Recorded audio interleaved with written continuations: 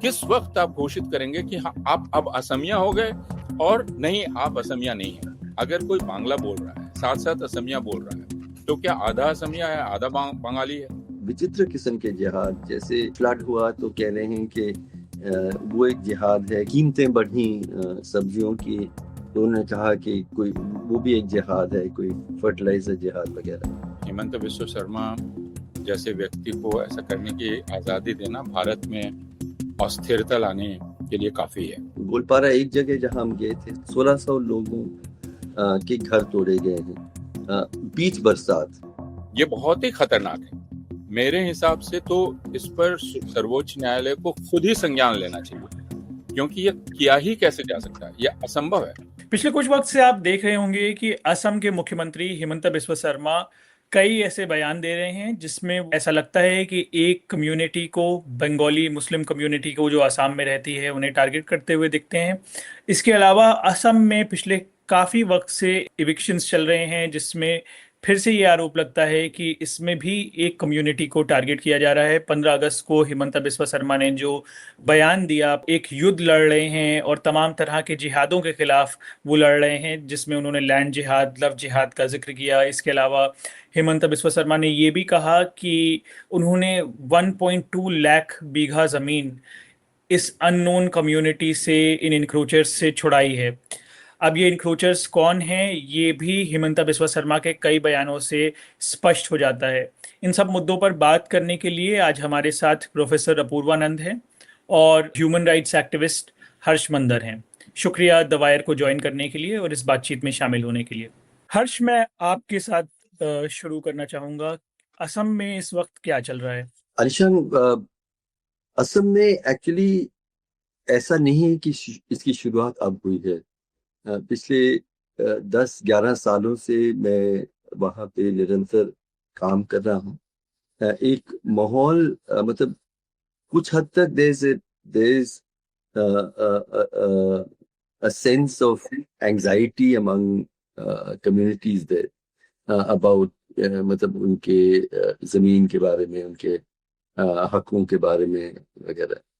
लेकिन जो वर्तमान चीफ मिनिस्टर हैं हेमंत बिस्वा शर्मा, उन्होंने एक तरह से इस एंजाइटी को पूरी तरह से उन्होंने उसका इस्तेमाल किया है एक बहुत खुल के नफरत का वातावरण बनाने में। और असम में आपको मतलब देश के अन्य प्रदेशों से हट के यहाँ कोई लिंच मॉब्स वगैरह नहीं है। यहाँ सरकार ही पूरा काम कर रही है और बहुत घोषित तौर पे सरकार बार बार कह रही है, चीफ मिनिस्टर बार बार कह रहे हैं, गर्व के साथ कह रहे हैं कि मैं ये अभियान यहाँ के बंगाली मुसलमानों के खिलाफ कर रहा हूँ। I mean there is no, मतलब वो घोषित तौर पे यही हो रहा है। तो उसमें एक उसके बैकग्राउंड में पिछले मतलब 1-2 सालों में वो बार बार जिहादों की बात कर रहे हैं। तो कहीं बहुत विचित्र किस्म के जिहाद, जैसे गुवाहाटी में फ्लड हुआ तो कह रहे हैं कि वो एक जिहाद है क्योंकि एक मुस्लिम इंस्टीट्यूशन था जिसने कुछ पेड़ काटे थे और कीमतें बढ़ी सब्जियों की तो उन्होंने कहा कि कोई वो भी एक जिहाद है, कोई फर्टिलाइजर जिहाद वगैरह। तो वो नफरती वातावरण तो है ही। अब एक बहुत संक्षिप्त में मुझे असम की विशेष एक कॉन्टेक्स्ट समझाना चाहता है जमीन हक के बारे में। ब्रह्मपुत्र नदी क्योंकि बहती है, वो प्रायः ही मतलब उसके फ्लड से बहुत बड़े हिस्से जमीनों की, खेतों की बह जाती हैं और फिर वहाँ के किसान अलग जगहों में अपना खेती शुरू करते हैं। तो उस और ये मतलब ये परंपरा सिर्फ बंगाली मुसलमानों के साथ नहीं है, बल्कि जो भी वहाँ किसान हैं, खेती करते हैं। तो उस तरह के क्लियर लैंड रिकॉर्ड्स कई जगहों में वो नहीं रख पाते हैं, प्रस्तुत नहीं कर पाएंगे क्योंकि किसी के पास उस तरह के लैंड रिकॉर्ड्स नहीं है। लेकिन इस इस स्थिति को इस्तेमाल करते हुए मुख्यमंत्री ने अभियान चलाया है, जहाँ पे सिर्फ ऑलमोस्ट मतलब सिर्फ नहीं पर बहुत सारे जगहों में बंगाली मुस्लिम लोगों के खेत और घर को तोड़े जा रहे हैं, और उनके पड़ोस में और समुदाय के लोग हैं, उनका नहीं तोड़ा जा रहा है। तो इसलिए ये संदर्भ है जिस संदर्भ में हम वहाँ गए। और गोलपारा एक जगह जहाँ हम गए थे, 1600 लोगों के घर तोड़े गए हैं बीच बरसात। किसी को इंडिविजुअल नोटिस नहीं मिला, सिर्फ 48 घंटे पहले उन्होंने एक पब्लिक नोटिस किया, घर तोड़ दिए। ना सिर्फ ये, मतलब मैं कह रहा हूँ पूरे असम में यही स्थिति है। हर्ष ने जिक्र किया हिमंता बिस्वा शर्मा के तमाम जो बयान अभी वो दे रहे हैं। अगर आपने सुना होगा उनका 15 अगस्त का जो उन्होंने बयान दिया, 15 अगस्त के प्रधानमंत्री के बयान की तो काफ़ी चर्चा हुई कि प्रधानमंत्री ने भी मिला जुला कर अगर देखा जाए तो प्रधानमंत्री ने भी वही कहा जो हिमंता बिस्वा शर्मा कह रहे थे। तो I just want to read it for you. In his speech on the 79th Independence Day, Assam Chief Minister claimed Ochinikari Manu, unknown people or unknown community, are growing concern in Assam's economic and socio-political sphere. He claimed that they are involved in several kinds of jihads and that the government has taken back 1.2 lakh bighas of land from this unknown, quote unquote, unknown community. To stop, we have declared war on their aggression. I promise we will evict these unknown people from every piece of grazing land. तो आपने देखा होगा कि हिमंता बिस्वा शर्मा इस तरह के statements देते रहते हैं और जो पिछले कुछ महीनों से हम चाहे वो गुरुग्राम में हो, हिंदुस्तान के तमाम इलाकों में होते हुए देख रहे हैं, जो कि एक ऑर्डर के बाद शुरू हुआ, मई से होम मिनिस्ट्री के एक ऑर्डर के बाद शुरू हुआ, होम मिनिस्ट्री का जो डायरेक्टिव तमाम स्टेट पुलिस को गया। तो असम में जो हो रहा है और देश के दूसरे हिस्सों में हो रहा है, क्या आपको लगता है कि इसमें एक कोई सेंट्रल प्लान है? आपने यह सवाल किया कि यह क्या किसी योजना के तहत हो रहा है, जो कि केंद्रीय योजना है। तो वो केंद्रीय योजना राष्ट्रीय स्वयंसेवक संघ की है, जिसे आप हिंदुत्ववादी राष्ट्रवाद कहते हैं। इस हिंदुत्ववादी राष्ट्रवाद के मुताबिक भारत में के असली लोग हिंदू हैं और बाकी जितने लोग हैं वो बाहरी हैं। तो बाहरी शब्द बहुत महत्वपूर्ण है। वो अलग अलग समय पर बाहर से आ रहे हैं, लेकिन वो बाहरी हैं। तो उनका पूरी तरह से भारतीय बनना हमेशा संदेह के दायरे में रहेगा। और भारत को अगर सुरक्षित करना है और हिंदुओं को अगर अपने आप को सुरक्षित करना है, तो हर प्रकार के बाहरी तत्वों को उन्हें या तो बाहर कर देना होगा या उन्हें इतना कमजोर कर देना होगा कि वो उनके अंगूठे के नीचे रहेंगे, उनकी सरपरस्ती में रहें। यह राष्ट्रीय स्वयंसेवक संघ का विचार है। और यह इसको समझना इसलिए बहुत आवश्यक है कि बहुत सारे लोग यह समझ नहीं पाते हैं कि क्यों राष्ट्रीय स्वयंसेवक संघ को फैसिस्ट कहा जाता है। उन्हें ऐसा लगता है कि भारत में गैस चैम्बर नहीं है, भारत में कॉन्सेंट्रेशन कैंप नहीं है, भारत में यहूदियों को जैसे मारा जा रहा था हजारों की संख्या में, लाखों की संख्या में, वैसे उनका कत्ल नहीं हो रहा है मुसलमानों का। तो भारत में फैसिज्म नहीं है। लेकिन यह जो बाहरी तत्वों को निकालने का पूरा अभियान है, यह एक विचारधारात्मक तौर पर पिछले कई दशकों से चलाया जा रहा है और वो इसका प्रयोग करते रहते हैं। और इस प्रयोग में आखिरकार उन्हें यह समझ में आया कि असम इसकी सबसे अच्छी प्रयोगशाला हो सकता है। और उसकी वजह है कि वह एक सीमावर्ती जगह है। तो इस भय को बहुत स्पष्ट रूप से कहा जा सकता है कि यह वास्तविक बात है, लोग बाहर से आ रहे हैं। दूसरे लोग भी इसका विरोध नहीं कर सकते हैं कि हाँ, बाहर से अगर कोई आ रहा है तो आप उसको कैसे भारत में रहने दे सकते हैं। तो एक दुविधा आप उत्पन्न कर देते हैं बाकी सारे लोगों के लिए। और तो असम उसकी प्रयोगशाला है और यह पिछले 10-11 वर्ष से इस चीज को धीरे धीरे परफेक्ट किया गया। वहां के तथाकथित जातीय असुरक्षा का हवाला देखिए कि नहीं, ये सांप्रदायिक नहीं है, यह तो दरअसल असमिया असुरक्षा है, असमिया लोगों की असुरक्षा है। और वो दरअसल उनके संसाधनों के कम होते जाने के चलते है, उनकी जमीन जा रही है, वो बेचारे कहाँ जाएंगे, बाहरी लोग आ रहे हैं और जमीन पर कब्जा कर रहे हैं, खेती कर रहे हैं। तो यह एक ऐसी बात रखी गई जिसके समर्थन में बहुत समझदार लोग सामने आए। भारत के बहुत ही समझदार लोग जो आमतौर पर समझदारी की बात करते हैं, उन्होंने कहा नहीं नहीं ये तो जायज है, आप बाहरी लोगों को कैसे आने देंगे। असम में नागरिकता रजिस्टर बनाया जाना चाहिए, है ना, और तेजी से बनाया जाना चाहिए। उसका उसका श्रेय या उसका इल्जाम सिर्फ जस्टिस गोगोई पर लगाया जाता है, लेकिन उसके साथ जिस व्यक्ति ने इसमें साथ दिया था वो बहुत ही समझदार जज माने जाते हैं, वो जस्टिस नरीमन है। और जिन्होंने कहा था कि ये हमला है भारत पर, इसको ये इन्वेजन है, इसको इस तरह से नहीं देखा जा सकता और इस पर सख्ती से कार्रवाई करनी पड़ेगी और तेजी से कार्रवाई करनी पड़ेगी।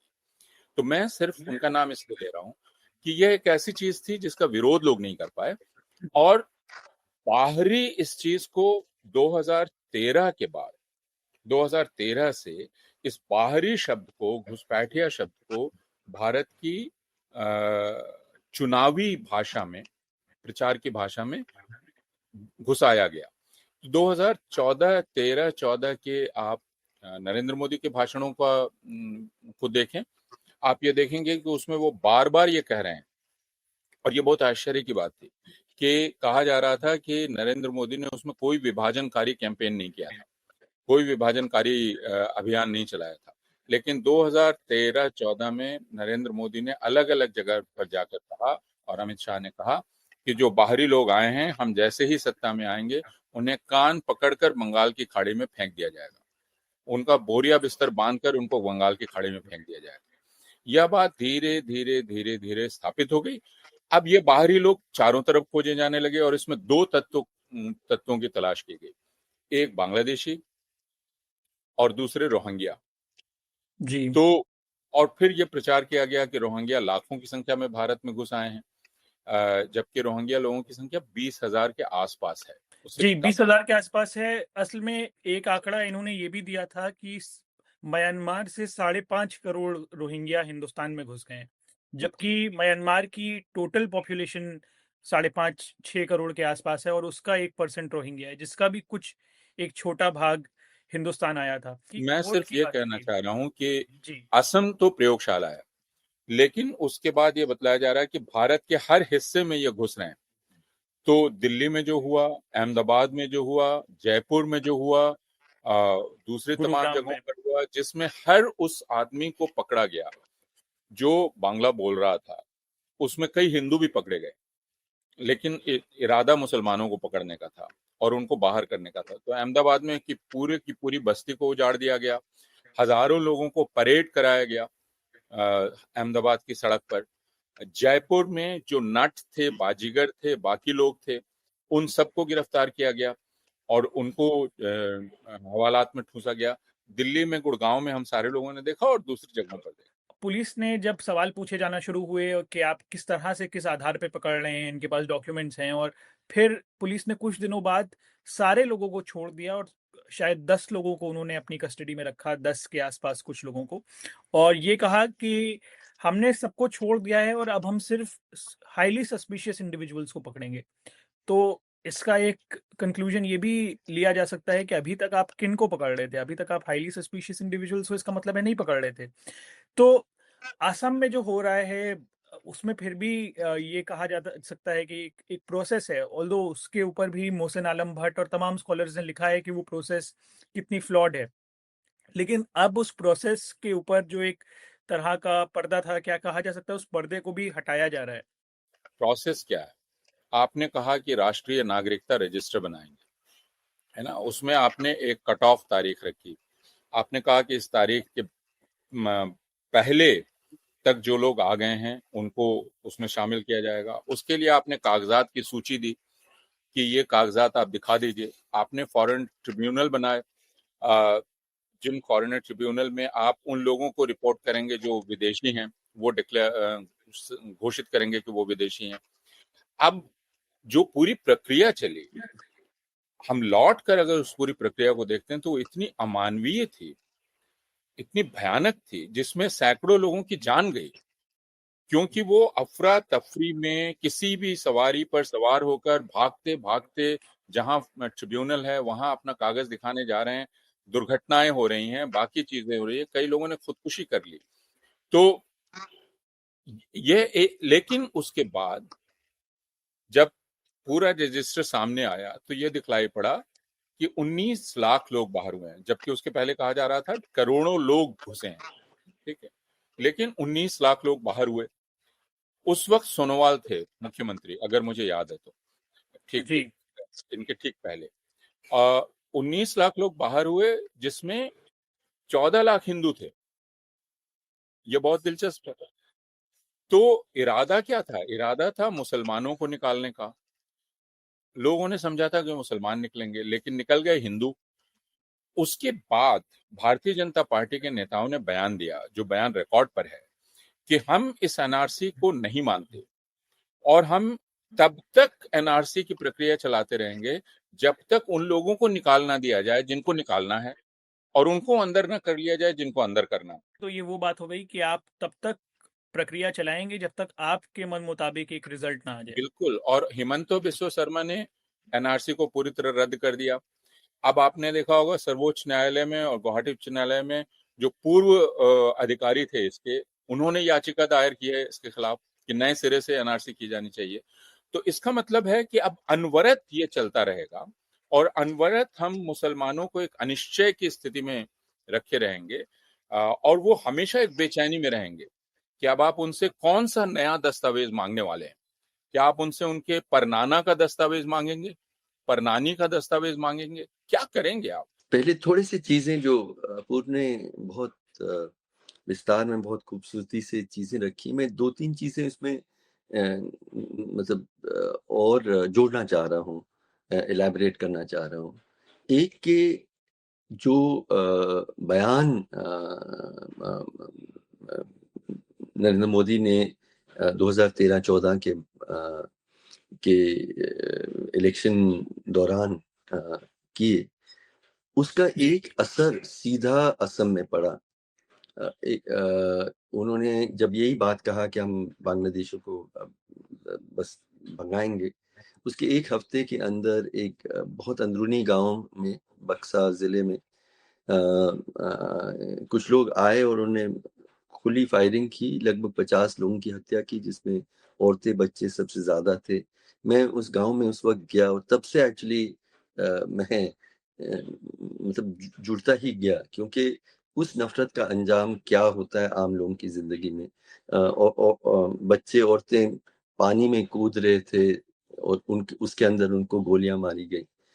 तो वो एक चीज मैं कहना चाह रहा था, ये नफरत का जो अंजाम है। आप कुछ यहाँ बोलते हैं घुसपैठियों के बारे में, और दूसरा औरतों बच्चों पे गोली मारने के लिए लोग निकल पड़ते हैं। दूसरा जी कि जो असम का जो पूरा जो आंदोलन था, वो बंगाली मुसलमानों के खिलाफ नहीं था, वो बंगालियों के खिलाफ था। उसके बारे में दो राय हो सकती है, लेकिन जब तक हेमंत बिस्वा इसमें जुड़े नहीं, तब तक दोनों हिंदू और मुसलमान दोनों उससे प्रभावित थे।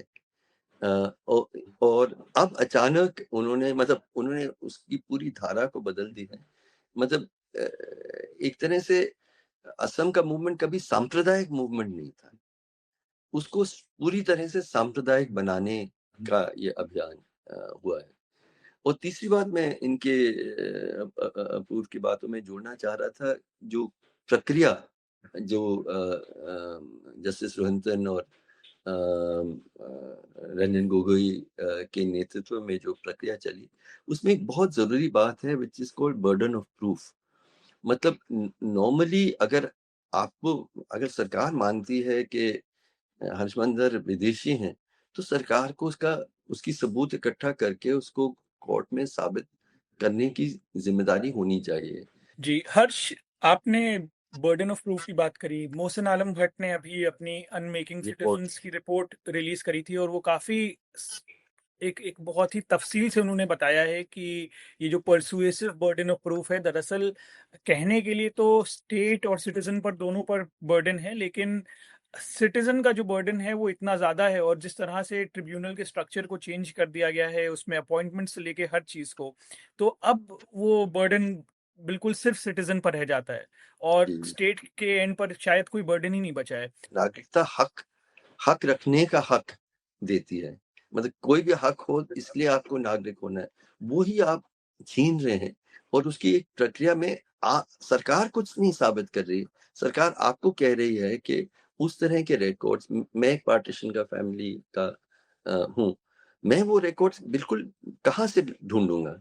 अगर कोई मुझे कहे कि मुझे इस तरह के दस्तावेज, मैं तो अपने परनाना और परनानी के का नाम तक भी नहीं मालूम है। तो उस तरह के दस्ताव, तो जो ये बर्डन ऑफ प्रूफ जो बदला गया था, और उससे जो पीड़ा हुई, मैं फिर 10 साल तक निरंतर असम में काम करता रहा, क्योंकि वो पीड़ा, लोग खुदकुशी, इतने लोगों ने खुदकुशी की, डिटेंशन सेंटर का जो खौफ है। और फाइनली अपूर्व के ही बातों में एक चीज मैं जोड़ना चाह रहा था कि अभी जो चल रहा है अभियान देश भर में, उसका मकसद क्या है? उसका मकसद अंत में मुसलमान समाज का हर व्यक्ति के दिल में ये डर बिठा रहे हैं, और खास करके जो वर्किंग क्लास मुस्लिम्स हैं, कि सरकार कभी भी आपके नागरिकता पे सवाल उठा सकती है, और आप फिर कोई मतलब there's nothing that can protect you। आप मुंबई से किसी को अचानक उठा लें, उनके परिवार को बताए बिना, समझाए बिना, और उनको फिर आप त्रिपुरा बॉर्डर ले जा रहे हैं, और क्योंकि बंगाल में तो पुशबैक नहीं कर सकते, उनकी सरकार नहीं, त्रिपुरा ले जा रहे हैं, वहां से पुशबैक कर रहे हैं। मतलब एक बिल्कुल खौफनाक स्थिति। एक सिंबॉलिक एक्टिविटी, इस सिंबॉलिक एक्टिविटी से पूरे समाज में हमारे 20 करोड़ मुसलमानों को ये मैसेज बार बार दिया जा रहा है। और प्रधानमंत्री अगर रेड फोर्ट से घुसपैठियों की बात कर रहे हैं, तो बात तो यही है कि अब आपकी नागरिकता पे हमेशा प्रश्न चिन्ह सरकार उठा सकती है। इसलिए हिमंता बिस्वा शर्मा ने आपका नाम लिखते हुए और तमाम लोगों का नाम लिखते हुए, प्रशांत भूषण का, सैयदा हमीद का, और सबका नाम लिखकर एक ट्वीट किया था, जिसके बाद जिस हॉल में वो इवेंट हो रहा था वहां पर एक भीड़ आ गई थी। इसके बारे में हमारे दर्शकों को बताएं। हेमंत बिस्वा शर्मा जी ने काफी वक्त से, मतलब 2-3 महीनों से ये बार बार कह रहे हैं, और मेरा नाम लेके उन्होंने असेंबली में कहा कि इनको जेल, अगर मैं होता तो मैं इनको जेल भेज देता। और उन्होंने ये आरोप लगाया कि मैं किसी तरह से जो बांग्लादेशी हैं उनके लिए फर्जी कागजों को तैयार करते हुए ये साबित करने के लिए कि वो नागरिक हैं, वगैरह वगैरह, उस तरह से वो बार बार इसको कहे। और फिर हमने इसलिए जब ये ट्रिब्यूनल घोषित किया, तो और भी ज्यादा फिर वो कहने लगे इन सभी के नामों को लेके कि ये हम इनको ये मतलब असम के खिलाफ, असम के लोगों के खिलाफ, घुसपैठियों के पक्ष में ये समूह आ रहा है। बहुत सम्मानित लोग थे उसमें, माइनॉरिटीज कमीशन के चेयरपर्सन रहे हैं वजाहत हबीबुल्ला, राज्यसभा एमपी जौहर सरकार, प्रशांत भूषण वकील, सईदा हमीद जो मेंबर प्लानिंग कमीशन थे, इन सब का उन पे उसी तरह के वो आक्षेप करने लगे। जब हम पहुंचे, मतलब फ्लाइट से उतरे, तो बताया गया कि जिस जगह में हम जाना चाह रहे थे, गोलपारा, वहां उन्होंने सेक्शन 144 घोषित कर दिया है, कोई इसमें जा नहीं सकता है। और बहुत सारा कि आप जाएंगे तो आपको मतलब ये परिणाम होगा, वो परिणाम होगा। तो कम से कम मैं और वजाहत हबीबुल्ला और एक यंगर कॉलीग फवाज, हम तीनों ने कहा कि नहीं, हम तो जाएंगे ही। और फिर हम लोग पहुंचे वहां, तो पूरा पुलिस का जैसे फॉलो करते जाना, सब लोग डरे हुए, फिर भी हम लोगों से मिले, जो हालात समझ में आए। वो स्थिति उन्होंने, मतलब वहां भी डर का वातावरण ही बनाने की कोशिश की। और फिर जब दिल्ली में हमने कहा कि हम रखेंगे, बहुत विचित्र सा उन्होंने एक ट्वीट, मतलब उसके वक्त में जो पोस्टर था उस प्रोग्राम का, उस पोस्टर को दिखाते हुए मुख्यमंत्री ट्वीट करते हैं कि हम तो दबेंगे नहीं, हम डरेंगे नहीं, हम तो असम के हकों के लिए खड़े रहेंगे, जैसे हम लोग एक ग्रुप बनाए हैं जो असम के लोगों के हकों के खिलाफ काम कर रहे हैं, इस तरह की भावना उन्होंने बनाई। और फिर ऐसी मतलब हम लोग हमारा ट्रिब्यूनल शुरू हुआ, और ये जो मेन स्ट्रीम मीडिया के कुछ लोग भी खड़े हुए थे बार बार, आप घुसपैठियों को क्यों सपोर्ट कर रहे हैं, आप घुसपैठियों को क्यों सपोर्ट कर रहे हैं, इस तरह की बातें शायद हमें मुझे इस तरह से वो कोशिश करते रहे भड़काने के लिए। और फाइनली जब ये भीड़ लगभग 50 लोगों की आई, आराम से किसी सिक्योरिटी ने उनको रोका नहीं, और बहुत ज्यादा बहुत क्लियरली प्रायोजित किस्म का वो था, क्योंकि जो बहुत नीटली बबल रैप प्लास्टिक में एक किस्म के जो पोस्टर्स वगैरह, जो प्लैकार्ड्स वगैरह उन्होंने बनाए, और जिनकी तस्वीरें परवेज हैं, उनको आप सोशल मीडिया में जाएं तो देखेंगे बहुत वक्त तक हेमंत बिस्वा शर्मा के ही, वो मुजफ्फरनगर के हैं, लेकिन कहीं किसी कारण से वो बार बार उनका सपोर्ट भी कर रहे हैं, उनके साथ कई बार मंचों में भी खड़े हुए हैं। तो हेमंत बिस्वा शर्मा के समर्थन में और शायद उनके प्रायोजन में इस तरह का कॉन्स्टिट्यूशन क्लब, जो मेंबर्स ऑफ पार्लियामेंट की का एक क्लब है, उस जगह में इस तरह के बहुत ही मतलब हिंसात्मक तरीके से वो घुसे। मैं क्योंकि लिंचिंग मॉब्स को देखा हूँ, उसी तरह के चेहरा, उसी तरह का आक्रोश। आखिरी सवाल आपसे आपसे बस ये जानना चाहूंगा कि जिस तरह से हिमंता बिस्वा शर्मा अब बिना किसी रोक के ट्वीट्स करते हैं या फिर इंडिविजुअल्स का नाम लेते हैं और खुलेआम कुछ कम्युनिटीज का भी नाम लेते हैं, लिखते हैं, आप इसको कैसे देखते हैं? मैं ये कहूँगा कि हेमंत बिस्वा शर्मा जैसे व्यक्ति को ऐसा करने की आज़ादी देना भारत में अस्थिरता लाने के लिए काफ़ी है। क्योंकि जिस प्रकार के ट्वीट वे कर रहे हैं, जैसे उन्होंने कहा कि हम एक युद्ध कर रहे हैं, इस युद्ध में हम भले ही हार जाएं लेकिन ये युद्ध चलता रहेगा, हम लचित बरफुकन के वंशज हैं। और उन्होंने इस डेलीगेशन को, कि अभी जो डेलीगेशन गया था असम और जो जायजा लेने वाला डेलीगेशन था, उन्होंने कहा ये लोग कैंप किए हुए हैं यहाँ और ये एक समुदाय विशेष के संपर्क में है और ये असम में अस्थिरता लाना चाहते हैं। तो ये बिल्कुल साफ था कि इस डेलीगेशन के खिलाफ वो हिंसा भड़का रहे थे। और जैसा हर्ष ने कहा कि डेलीगेशन पे लगातार पुलिस नजर रख रही थी, लगातार उनको एक तरह से धमकी भरे फोन आ रहे थे उनको डराने वाले। हर डेलीगेशन के ज्यादातर मेंबर्स ने ये बात बतलाई कि उन्हें, जैसे ब्रह्मपुत्र पर अगर आपकी गाड़ी ब्रह्मपुत्र पर पुल पार कर रही है तो फोन आ रहा है पुलिस का कि हमें पता है कि आप ब्रह्मपुत्र क्रॉस कर रहे हैं, हमको ये बात मालूम है। दूसरे कि जिस प्रकार के बयान वो लगातार दे रहे हैं पिछले कुछ वर्षों से, ये बयान मुसलमानों के खिलाफ हिंसा भड़काने वाले बयान हैं। तो एक संवैधानिक पद पर बैठा हुआ व्यक्ति ऐसे बयान दे जो खुलेआम हिंसा को भड़काए और जो नागरिकों की हिंसा को उकसावा दे, ये बहुत ही खतरनाक है।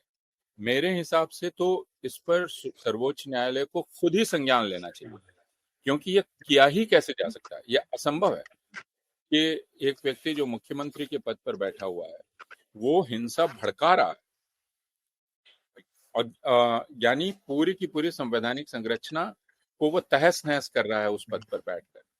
तो ये बहुत ही भयानक है। और यह सिर्फ असम के लिए नहीं, असम के बाहर, क्योंकि वे घुसपैठिया की जो पूरी समझ है उस पूरी समझ को भारत भर में फैला दिया गया है और हर जगह लोग बांग्लादेशी घुसपैठियों को खोज रहे हैं कि बांग्लादेशी घुसपैठिए कहाँ हैं। तो भारत में, असम में खासकर, मैं सिर्फ एक बात कहना चाहता हूँ जो हर्ष ने कही थी। अगर आप असम आंदोलन को ही ध्यान से देखेंगे तो असम आंदोलन में इसके बीज छिपे हुए थे जो आगे चल के पेड़ बनने वाले थे। क्योंकि असम आंदोलन में जो शब्द सबसे ज्यादा प्रचलित हुआ वो था बहिरागत, कि जो बाहर से आए हुए लोग उनको बाहर करो। तो बाहर से आए हुए लोग अंततः भारत में क्योंकि हुआ कि बंगाली हिंदू, लेकिन आखिरकार बंगाली हिंदुओं पर से निशाना हट गया। फिर मुसलमान, बंगाली मुसलमान, और अब ऐसा नहीं है कि असमिया मुसलमान उस निशाने से बाहर हैं। तो विभाजन, विभाजन दर विभाजन, और उसके बाद जब आप विभाजन के सिद्धांत को स्थापित कर देते हैं, तब हिंसा को बहुत जायज ठहरा देते हैं। इस बार हमने जो देखा दुर्भाग्य से, वो ये कि और इस पर हम लोगों ने चर्चा नहीं की, कि उन्होंने निशाना बनाया सैयदा हमीद को, और सैयदा हमीद पर सबसे पहला हमला किया हेमंत बिस्वा शर्मा ने। लेकिन उसके बाद एक एक करके कांग्रेस पार्टी, अखिल गोगोई, बाकी तमाम लोग, सबने सईदा हमीद पर हमला किया। ये बहुत भयानक है। इसका मतलब कि आप इतना घबरा गए हैं हेमंत बिस्वा शर्मा के असमिया राष्ट्रवाद से कि आप किसी को भी लिंच करने के लिए तैयार हैं। तो आप सईदा हमीद को लिंच करने के लिए तैयार हैं, और उसमें कांग्रेस भी शामिल है, बाकी दल भी शामिल है। ये बहुत भयानक है। इस बात को हम सारे लोगों को समझने की जरूरत है कि जो असम में हो रहा है वो असम तक सीमित नहीं रहेगा, और सीमित नहीं है। कई सारे मुसलमानों ने, असम के मुसलमानों ने भी इस बयान पर आपत्ति जताई। उन्होंने ये कहा कि आप ये कहकर हमारी मुश्किलों को कम नहीं कर रही हैं, बढ़ा रही हैं, क्योंकि यही आरोप तो हम पर लगाया जा रहा है कि हम बांग्लादेशी हैं। देखिए, सईदा हमीद ने क्या कहा था। सईदा हमीद को, जैसा आजकल होता है कि किसी भी बैठक के बाद कई यूट्यूबर्स आपको चारों तरफ से घेर लेते हैं और वो तबाह कर देते हैं आप सवाल करते करते। तो मैंने जब वो वीडियो देखा तो मैंने देखा कि सईदा बिल्कुल आजीज आ गई, और उन्होंने कहा कि भाई बांग्लादेशी भी हैं भी तो क्या, वो भी तो इंसान हैं, और इतनी बड़ी जमीन है, इस पर सबके लिए जगह है, ये अल्लाह की बनाई हुई जमीन है। तो इसमें भावना बहुत स्पष्ट थी। हेमंत बिस्वा शर्मा ने इसको उठाया और इसको विकृत किया और हमला किया। असम के मुसलमान घबराए हुए हैं, परेशान हैं, इसलिए उनको लगता है कि उनकी मुश्किल और ना बढ़ जाए।